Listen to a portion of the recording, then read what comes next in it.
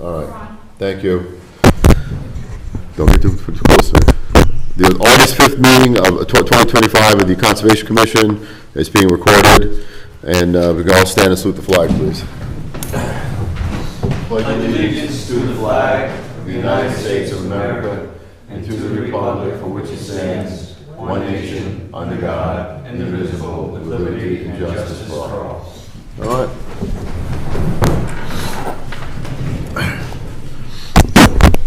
We have a soil permit for Margaret Sylvia, number 497, 33 Old County Road. Mr. Chairman, members, this is a renewal of soil permit for Margaret Sylvia, 33 Old County Road. This is soil permit number 497. Dated report is July 29th, 2025. Description of the work: the owner has filed to renew the stockpile and transfer site permit number 497 at the property located at the farm at 33 Old County Road. The site stockpiles earth minerals to the rear of the farm. The renewal for 1 year is in order. Recommendations: the Westport Conservation Commission Soil Conservation Board should approve the soil permit for Margaret Sylvia number 497 for 1 year. All right. Any questions? No questions? A motion? Move to approve soil permit 497. Thank you. Second from Jason. All in favor? Opposed? Aye. All right. It's unanimous, sale. Cody Flynn, 141 Donovan's Lane, septic permit. RDA. Greg, how are you? Good.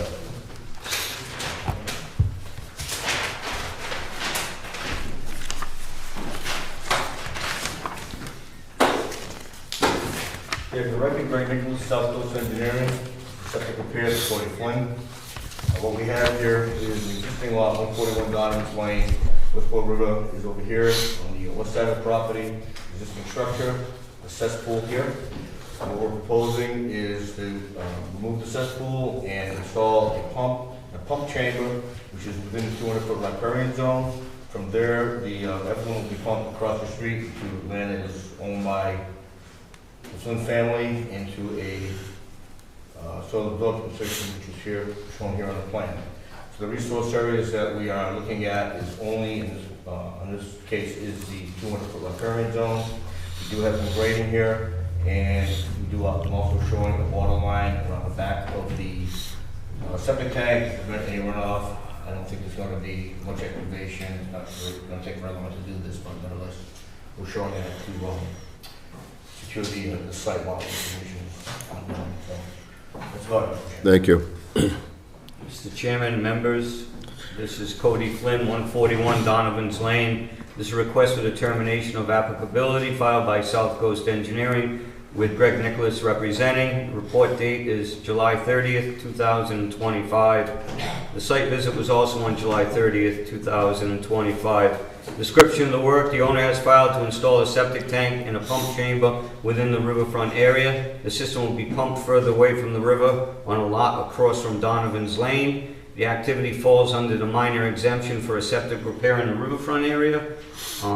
So with that, recommendations: the Westport Conservation should approve the proposed work for the tank installation with a negative box 2 determination, and the work falls under the exemption for the minor work in riverfront area as well. So both those will be noted. Thanks, Chris. Any questions, Greg? No? All right. Questions or motion? I make a motion to approve with negative box 2. Second. Go ahead. Who's that, Bert or Phil? Second. All right. Jason and Bert. All in favor? Opposed? All right. It's unanimous now.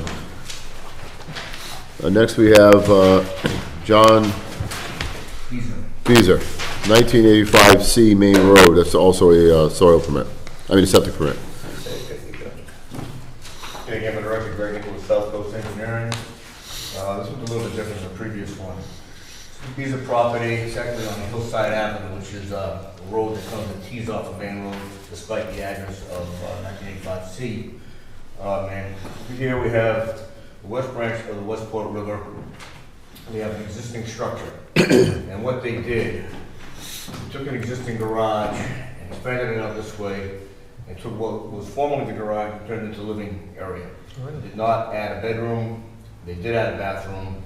It's gone through the Board of Health, and it's subject to, been approved subject to conservation approval.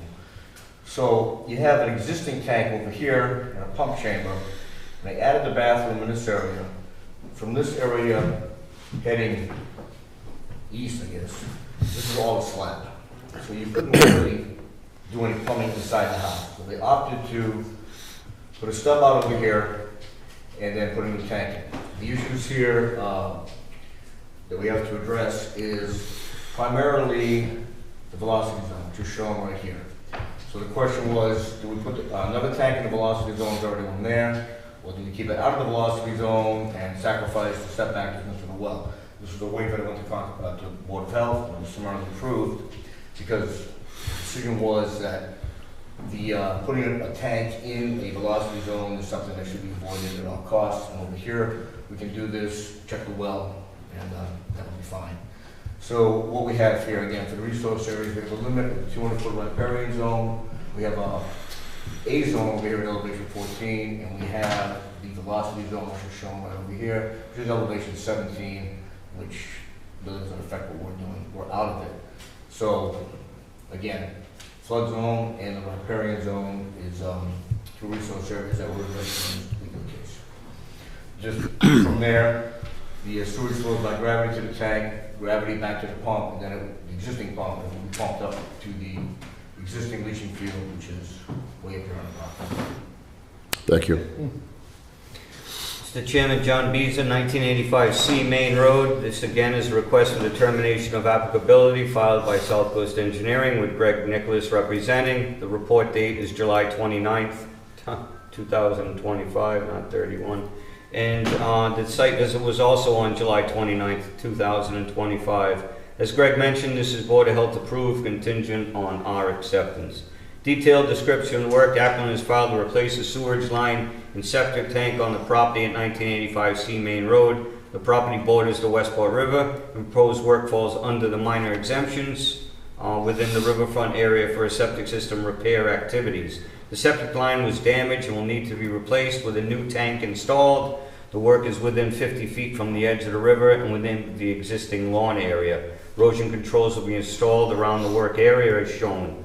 Recommendations: the Westport Conservation Commission should approve the septic line repair and tank installation with negative box 3 determination, Mr. Chairman. Thank you. Greg? Set? Okay. Any questions? Not a motion? So I'll move to approve the septic line repair and tank installation with a negative box 3 determination. Second. Jason second. Phil made the motion. All in favor? Opposed? That's unanimous, Leon. Thank you. Good night. David Marchand, RDA 66 North Broad Street, construct addition to back of existing single-family dwelling in the buffer zone. Anybody here for Mr. Marchand? Oh, come on up, sir. Good evening. Are you, Did you bring a plan? I'll pull it out. I had the, I apologize, I didn't have a set of that. is that the right, look at the July 15th, this one? No, that's not Marchand. Oh, You need Marchand's filing. You got it? Grab it. It was in here. was it RDA or is it a, An RBA. Did you get them confused or did I miss it? oh, maybe I got it confused on. I've just changed one of the, yeah, just check those, see if one of those says Marchand on, maybe they're in the wrong order. Yeah, just with those. We'll just change the section sheets.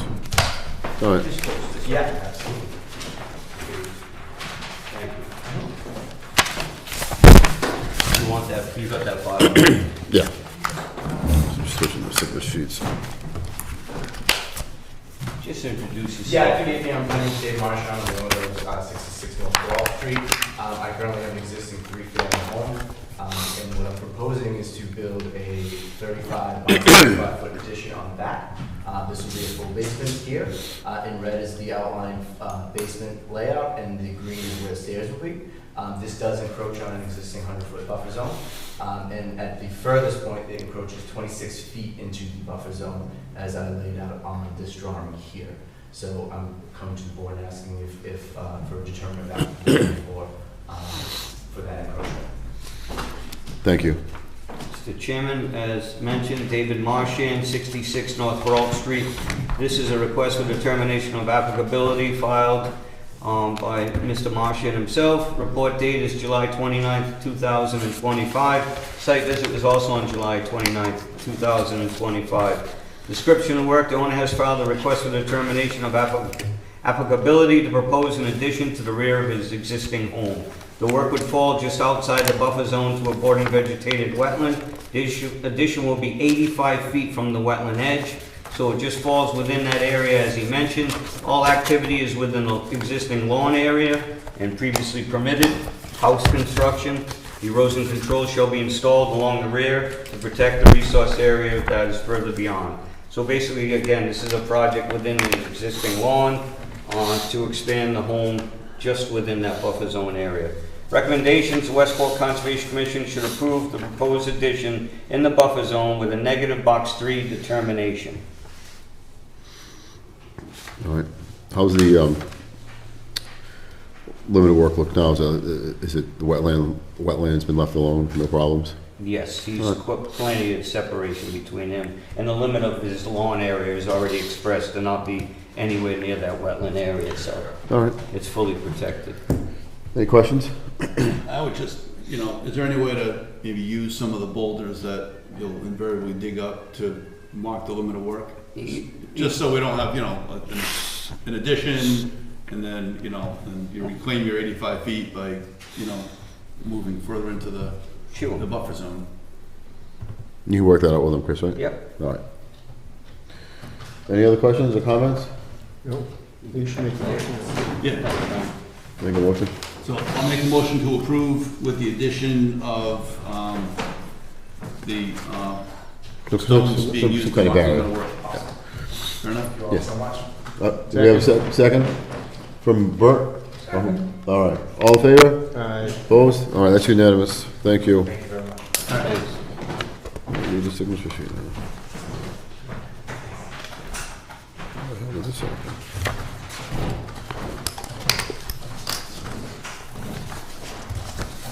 Oh, there we go.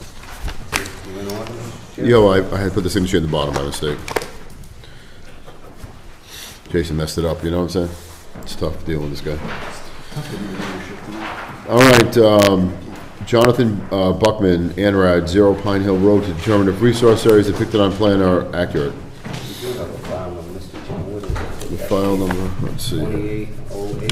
2808. We have butter cards? Yes, we do. Okay, yep. All right. Good evening, members of the commission. I'm Brad Holmes with Environmental Consulting Restoration and DEC, Ed Jacobs, EMP Consulting, and the applicant Jonathan Buckman.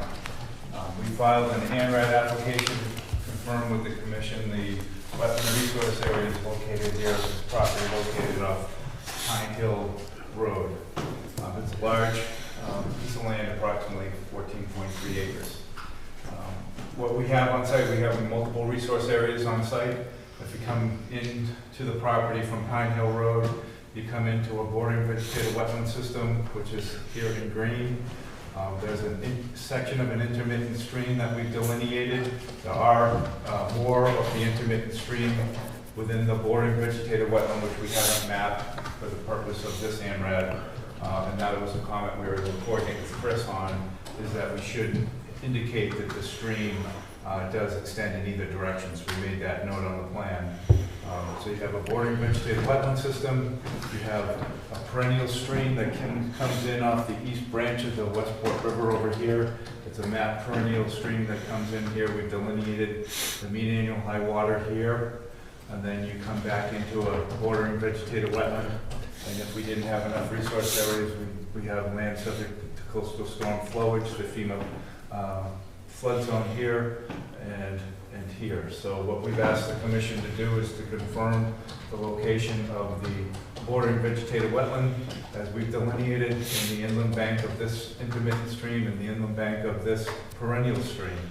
We did get a chance to review the delineation with Chris on Friday. Chris was nice enough to meet me out there, and we did walk and talk and go through the site so that Chris could understand the delineation methodology. Why are we doing this? Well, we're doing this because we're going to come back to the commission with a notice of intent at some point in the near future to propose a single-family home with driveway. We'd like to to look at this portion of the site. There's a upland area in this portion of the site. But we're not here for that. This is a technique for us to plan and come back to the commission so that when we do come with a notice of intent, we're not looking at resource areas and how things lie. We've already nailed that down with the ORAD. So it's a brief overview. Again, bordering vegetated wetland, intermittent stream, perennial stream, bordering vegetated wetland, and we do have the flood zone. With that, I'll bring it back to you, All right. Commissioner Chris. Thank you. Chris? Mr. Chairman, members, Jonathan Buckman, Banner Construction Company. This address is 0 Pine Hill Road at the time, but it is located near 337 Pine Hill or across the street thereabouts. This is an abbreviated notice of resource area delineation filing. It's filed by PMP Consulting Incorporated, who drew the plan, and Brad Holmes from ECR LLC that flagged the wetland resource areas that is depicted. The report date is August 1st, 2025. There is a file number for this. It's SE 802808. Detailed description. Again, Brad mentioned we visited the site on Friday. The owner has delineated the resource areas located on the property with the filing of abbreviated notice of resource area delineation. The property is located off of Pine Hill Road across from the Wassatuxet Farm and after 337 Pine Hill Road. Parcel has frontage on Pine Hill Road and extends down approximately 2,000 feet to the Westport River. The wetland line was walked with Brad Holmes, ECR Incorporated. The wetland system is made up of 2 separate systems. The upper wetland is associated with an inland wetland, and the lower area is associated with a coastal wetland. Wetland flags were determined to be accurately located and no changes were recommended. The plan should revise to show the approximate locations of the intermittent stream and the coastal tidal portions, which Brad has indicated they do show on this plan. Wetland flags A1 through A26, wetland flag A19-1 through A19-3, wetland flag B1 through B10, wetland flag B1-1 through wetland flag B1-22, wetland flag C1 to C36, and wetland flag D1 to D9. This site contains a flood zone and riverfront areas as well, and land subject to flooding. This shall be noted that although one intermittent stream is shown, more may be present within that large wetland area. The lower wetland is subject to tidal action during regular tide cycle. There is no natural heritage and endangered habitat or species habitat that exists on this subject property. Resource areas impacted are none at this time. This is specifically a delineation of the resource areas. Recommendations for the board: the Westport Conservation should approve and issue an order of resource area delineation with the approval of the resource areas as shown on the plan dated 7/21/25, but we got a revised date. What is that revised date? 8/4. 8/4. So please make the plan date 8/4/25. That is all, Mr. Chairman. All right, thank you. Do you have any questions? No. No, okay. Any questions from the audience? No? All right. Questions from the table? I was just wondering if Chris also kind of agreed that there was a buildable upland lot on it? Did you think? There are 2 areas of potential building on this site. Okay, Yes. okay. All right. Any other questions? If no questions, a motion?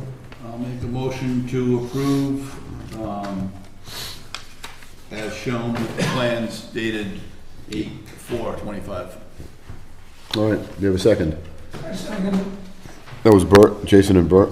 All in favor? Aye. Opposed? All right, that's unanimous, so, Thank you, brother. Thank you. thank you, Greg. Okay, see you guys. Okay. Next, we have certificate of compliance. First one is for Joycelyn Gambone, SE 802767. Oh, all right, perfect. No worries. Thank you. You're welcome. Have a good evening. Phil took that in that plan from that file. This one. All right, Joycelyn Gambone, certificate of compliance, Yes. SE 802767, 1431 Main Road. I believe it's Jocelyn Gambone, right? Yeah, Jocelyn, what'd I say? I said Joyce, I believe you said Jocelyn. All right, This is Jocelyn Gambone, 1431 Main Road. This is a new house construction on a property of land, just down from the, oh, God, I've drawn a blank.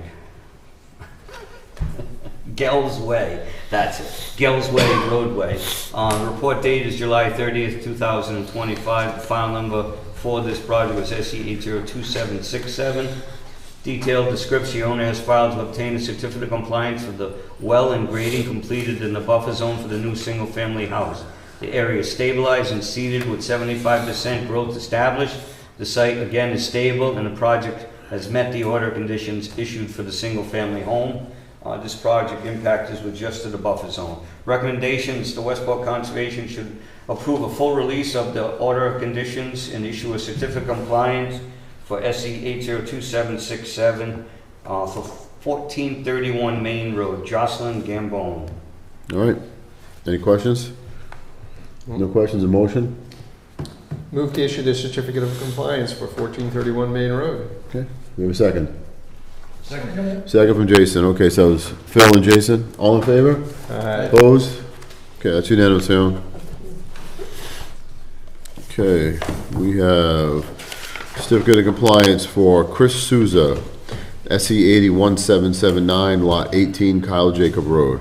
Mr. Chairman, Chris Souza, this is an old application that was found 41 Kyle Jacob Road. This is a request for a certificate of compliance by the owner. Report date is July 30th, 2025. The file number is SE 801779.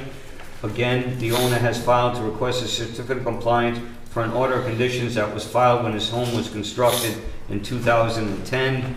Financially, he has observed that this is still encumbering his property, so he would like to have that cleared up. All work was completed according to the plan of record back then. The site was stabilized and in order to what the previous order had requested. Recommendations, the Westport Conservation should issue a certificate of compliance for file number SE 801779 as all work has been completed according to the plan of record. That is all, Mr. Chairman. All right, any questions? If not, a motion? The motion to issue the certificate of compliance. Okay, file SE 801779, do we have a second? Second. All in favor? Aye. Opposed? All right, that's unanimous, that was Jason and Phil. There you go, sir. Mr. Chairman, that concludes the agenda. All right, we'll do bills, and then we can go over anything else Chris may want to discuss. I'm sure there's some doozies out there. All right, East Bay advertising for hearings. Total is $246. Motion to pay. Move to pay. Okay, thank you, Phil. I'll second it. Second from Jason, all in favor? Opposed? All right, that's unanimously on. Conservation Commission, WB Mason, $34.18 for office supplies. Do we need a motion to pay? Motion to pay. Okay. We have a- Second. That was Jason and Phil, all in favor? Opposed? Aye. All right, that's unanimously on. Minutes, I doubt these are gonna go anywhere, but let's see what we got today. July 8th, present, myself, Jason, Burton, and Phil. Yeah, you know what, we can, wow, that's like a winner. I'm gonna play the lottery on the way home tonight. Okay, so we have the July 8th minutes of the, 2025 minutes of the Conservation Committee meeting, and looking for a motion. I'll make a motion to Approve. approve the minutes. All right, do we have a second? Second. All right, second from Phil, all in favor? Aye. Opposed? All right, that's unanimous. I'll tell you, it's gonna be a good day tomorrow. And then we have minutes from 7/22/25, present. Kevin, Jake, Phil, myself, Burton, and Jason, oh no, wait, Jason and Christopher Capone. Yeah, no, you were here too, yeah, oh, we're all here. Yeah. Wow. I'll tell you, trifecta. All right, do we have a motion to approve the July 25th, 2025 minutes of the Conservation Commission? So moved. All right, do we have a second? Second. Second from Jason. All those in favor? Opposed? All right, that's unanimous. So that concludes my portion of the meeting, and now we can see if Mr. Capone has anything you'd like to add tonight. Mr. Chairman, we've had a discussion that's come to light for property from Robert Bronca at 2015 Main Road. Mr. Bronca had initiated activity after getting sign-offs from the Historical Commission, Conservation Commission, and the Building Department to construct a pool, above ground, an in-ground pool rather. This matter was, I guess, much overlooked by the Historical Commission, and after their agreements, they have now stated that they're not in agreement. So this matter has become a civil court matter. The opponents of this project have taken Lawrence Beals' engineering company and asked for him to portray a plan representing what has been done on the property. This contradicts what we had received from Northeast Engineering Consultants as far as the limit of the velocity zone as well as the extent of the riverfront. What I'm asking the commission at this time, because this isn't a civil matter, and I think that there are some entities like the Historical Commission that needs to agree to what Mr. Bronca needs to do to move forward. I don't think, in my opinion, that we should be looking to issue an enforcement order to Mr. Bronca. I did sign off on the building permit application because in the initial plans we had, it showed that this project was not within those resource areas. So there's been some discrepancy with the plans that have been represented. Mr. Beals is represented that the project in fact is within 200 feet, and as well as a portion of this activity is within the velocity zone. I'm not disputing all that. I just think that some of the information Mr. Beals used is not field surveyed, rendered. It's actually from him determining it from LiDAR survey, etc. Again, I'm not disputing what he represents, but because this isn't a civil matter, I think that before we proceed, we should have the applicants get some agreements to what direction they're going in.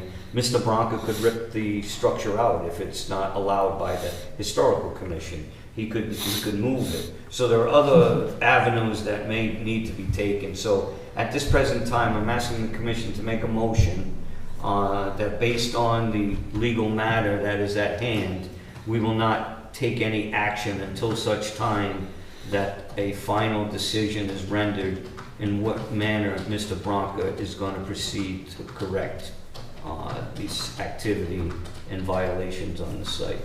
So, just to be clear though, I mean, who did the survey originally? Or surveys? Northeast Engineers and Consultants. Wasn't there other engineers involved too? Mark Rodricks. CEC maybe in the very beginning may have done something. So yes, there are more than one individual that's looked at this property. What I see happen is the way the shoreline extends southerly, it jots in and it makes that riverfront come closer from the neighboring property rather than from his property. So the coast comes in on a big sweep. So you measure 200 foot here, it's fine, but when you measure 200 feet from the neighbors, it obviously comes up another 25 feet. So I also believe that the only thing that I see wrong with this project is he did work within that velocity zone with that wall. This falls under the minor exemption for a pool, patio, or shed with an existing lawn of a pre-existing structure. So the pool would apply to that, being riverfront activity, but because it has that velocity zone component, I think that's where Mr. Bronca would need to correct that potential activity. So that's kind of where I think the commission should go with this. I'll leave it up to you if you have any more questions, but I think at this time, because it's civil and the neighbors are developing these arguments in order for, I think, Mr. Bronca to file, which he is willing to do, but if he files, he knows they're going to appeal.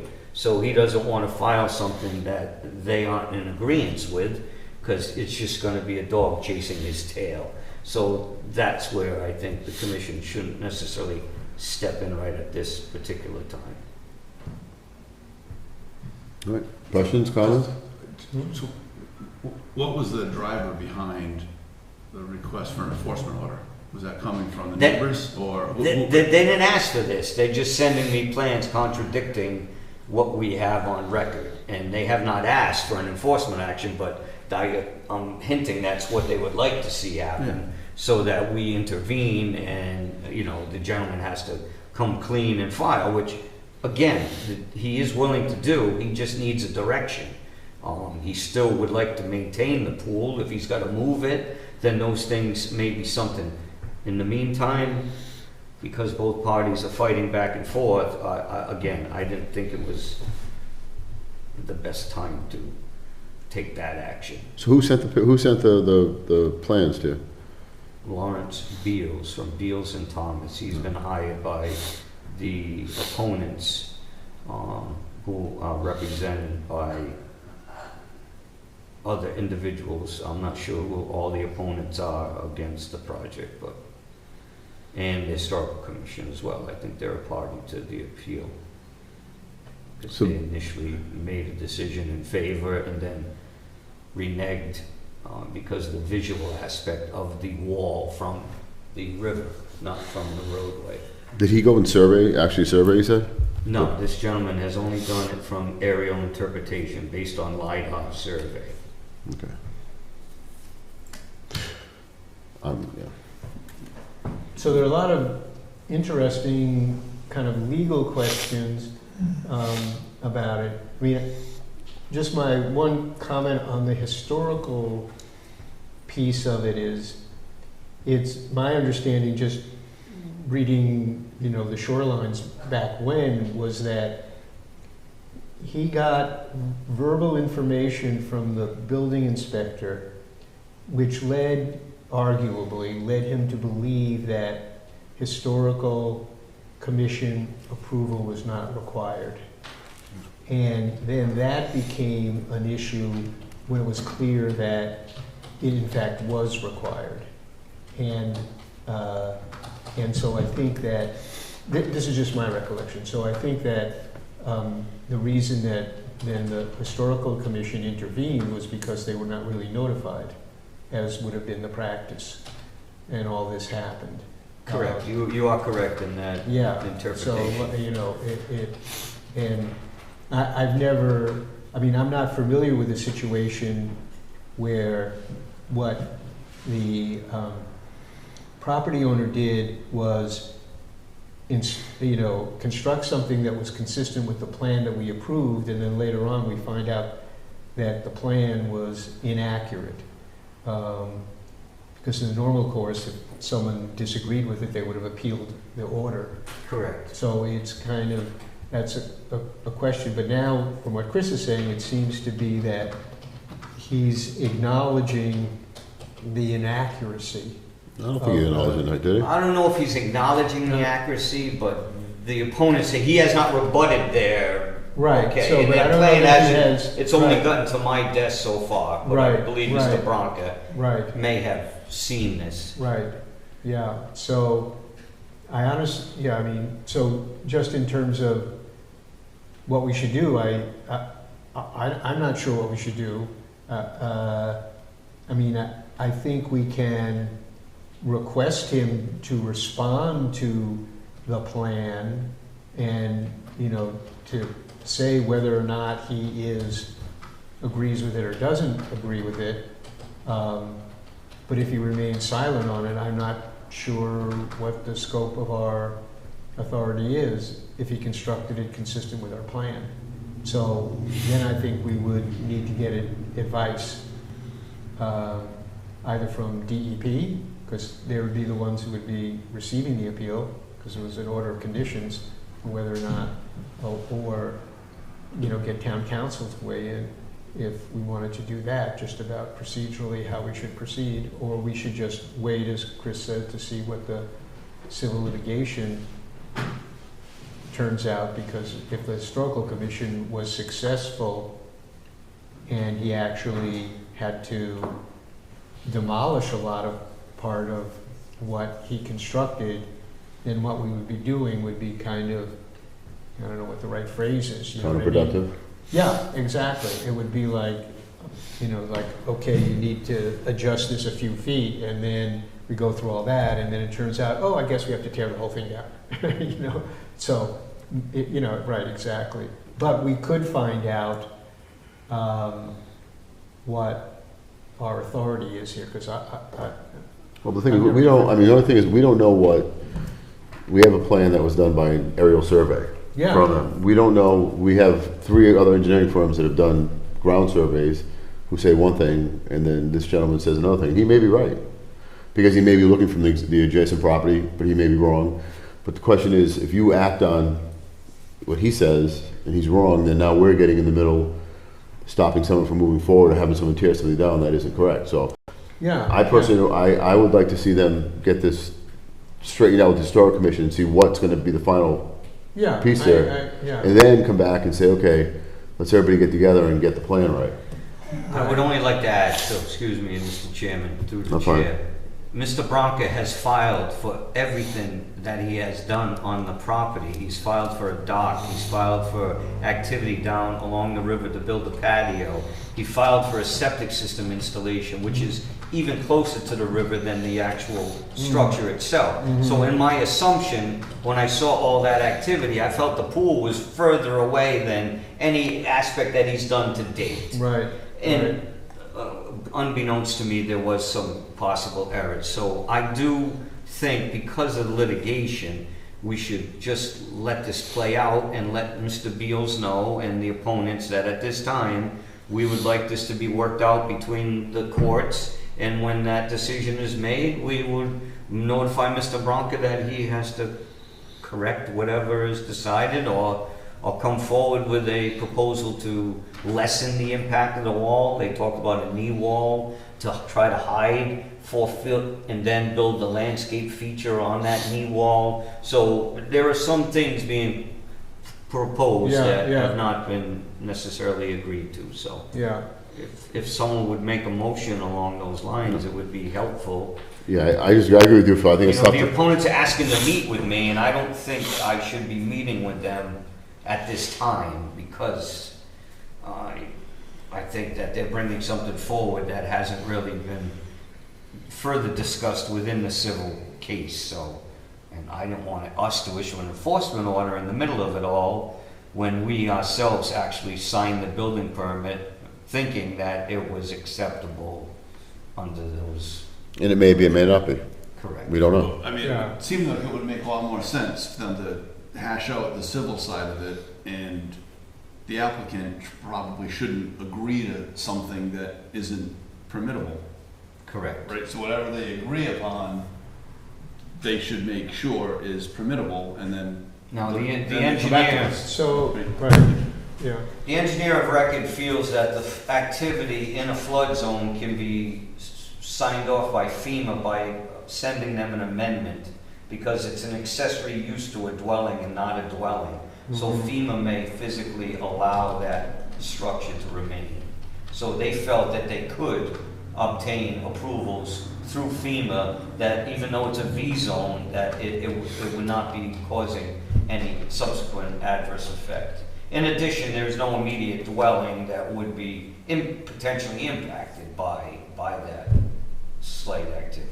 And we, again, talking 200 and some feet from the edge of the water. This isn't something, again, immediately adjacent to where I'm sure this board members have seen pools a lot, you know, considerably closer to the edge of the water than what this is. So What's the elevation? Well, the elevation of Yeah, like of the it's VE a zone or flood zone. 16 and a 14, so it's a VE 16 and an AE 14 flood zones.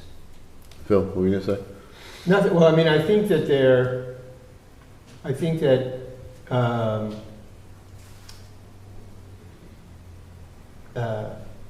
what do I think?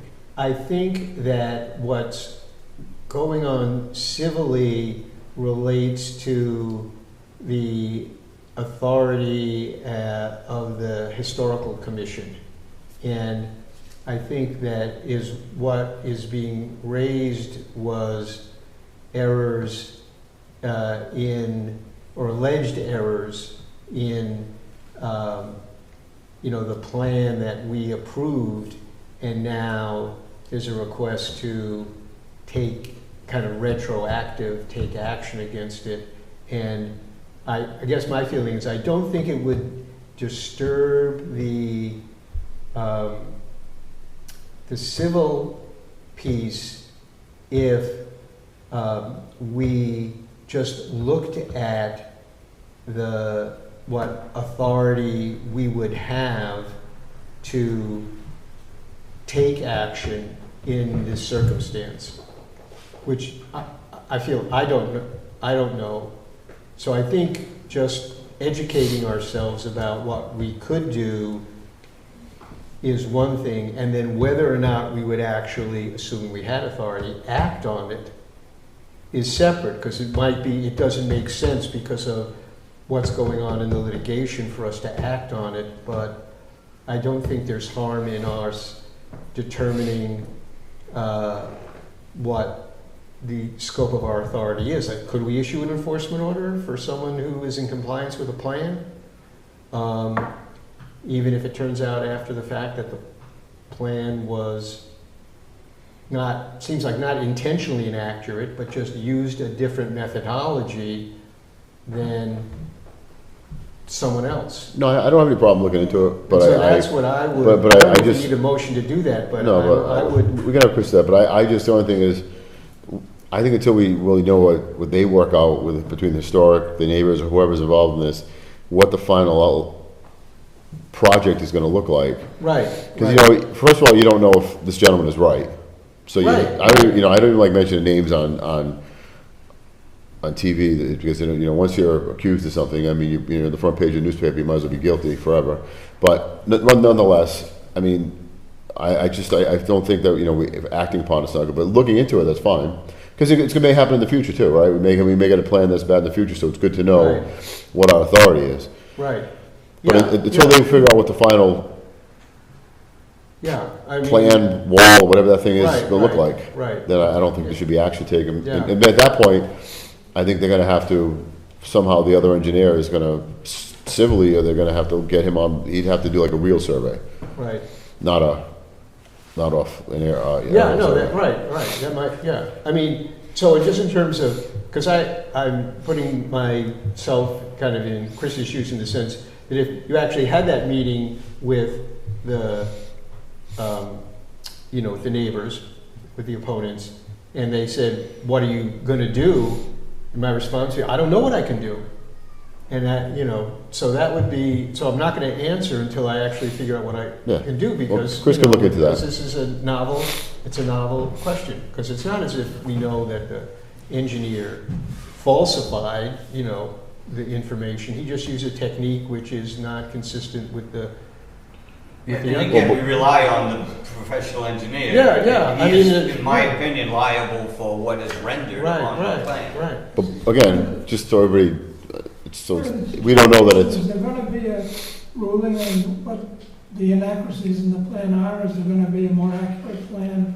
we don't know if there's inaccuracies, Bert. We don't know if there's inaccuracies based on this individual's interpretation.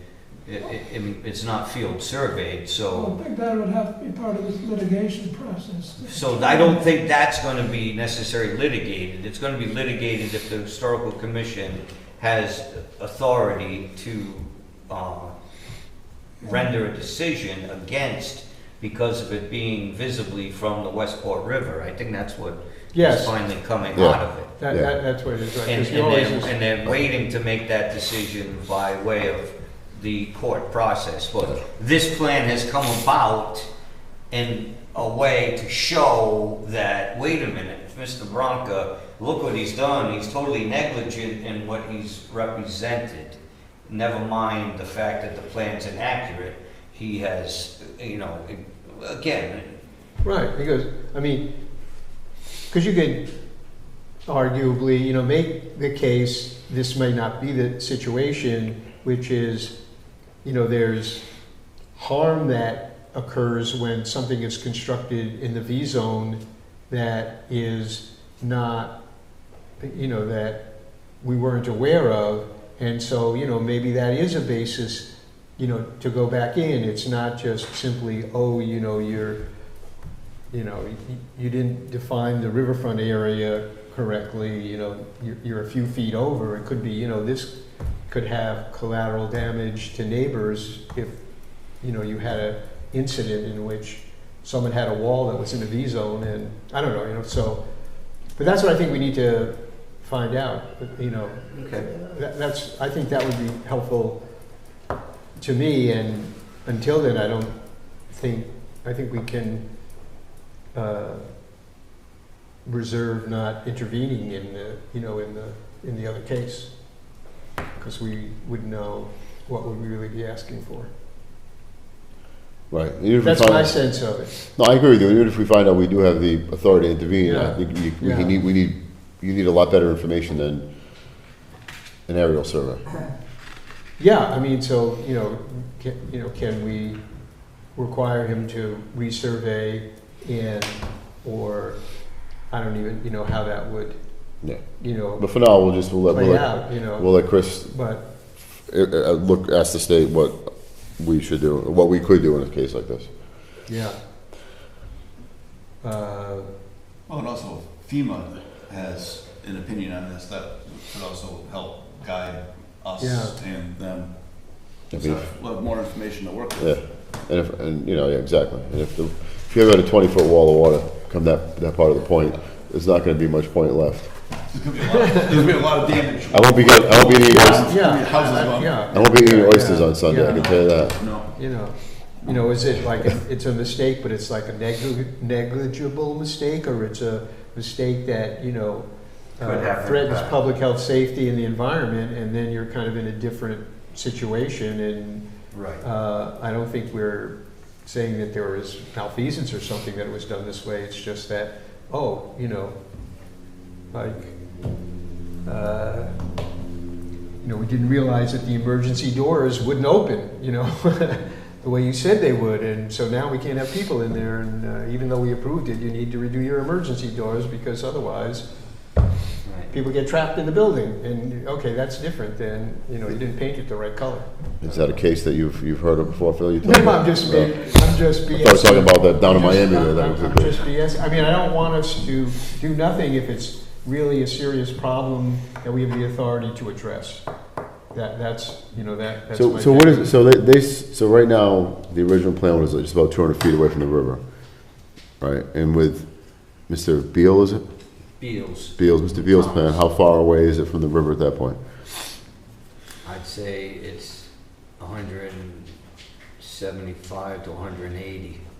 So about 20-foot, 25-foot difference in portrayal of how much work is within that area. Never mind the VE. The VE is a very small corner of it, but again, I still feel Yeah. the riverfront is not the issue, because there's an exemption under the regulations for Yeah. activities Right. adjacent All right. to them. Well, just find out from, contact the state, see what they say, and then, So you can also, along the way, this is gonna let their stuff play out, but, So we'll reserve taking Yeah. any action at this time Right. until the final decision is rendered, and the agent will contact Mass DEP and try to get some clarity on the approval What of the a scope of plan that now authority has some errors within it. Right, Okay? yeah. and also, how would it be handled if they walked in the door today with the same plan, Right. without the neighbors, without the historic commission, just someone walked in with this plan, how would you handle it Okay. without, any kind of pressure from anybody? Okay. I mean, I'd be surprised if in, the history of the wetlands regulation, that this issue had not come up again, or someone hasn't raised it, so Well, I think- hopefully there's some precedent out there that says, okay, here's what you can do, and here's the tools you have, an enforcement order, or that there's some other, process that you would, go through, to do that. Yeah. So how do you issue, let me ask you a question, how do you issue an enforcement order based on something that isn't field surveyed, that someone is alleged? And That's do what I mean, yeah, you have the yeah, authority yeah. to make the applicant, or have the applicant allow someone to do an opposing field survey on their property? So like if we're neighbors and we're fighting with each other about the property line. Right. Well, I think both engineers should sit down and they should be hatching it amongst themselves in order to come to a conclusion that works for their goal, or it doesn't work for their Right. goal, and they have to relocate things. Yeah, I mean, yeah. Well, if everybody sat down and worked things out, Chris, this wouldn't be going on right now. How high is the How high is the wall? The view from the river, that seems to be. I believe it's in excess of You've 8. seen it, right? It's like 8 feet. You've seen it. It's 8 feet, all right, so it's 8 feet. Right, It's but- 8 plus, I'd say. They say 11.5, but I really have not stood. But is that post-backfill, pre-backfill? No, this is not backfilled. The wall is. No, I mean, like, what's the finished grade? No, the finished grade would be much less exposed if he was allowed to backfill and put. So again, this whole footing, I believe, is still exposed. Mr. Bronco was stopped in the process. The pool is still in its very early stages of being formed and framed with the Yeah. rebar material. So his But it- wall is not backfilled, so I'm sure it would have had a blend of Yeah. 2 foot of material that would soften it. And he hadn't landscaped it yet either, which again, so. Yeah.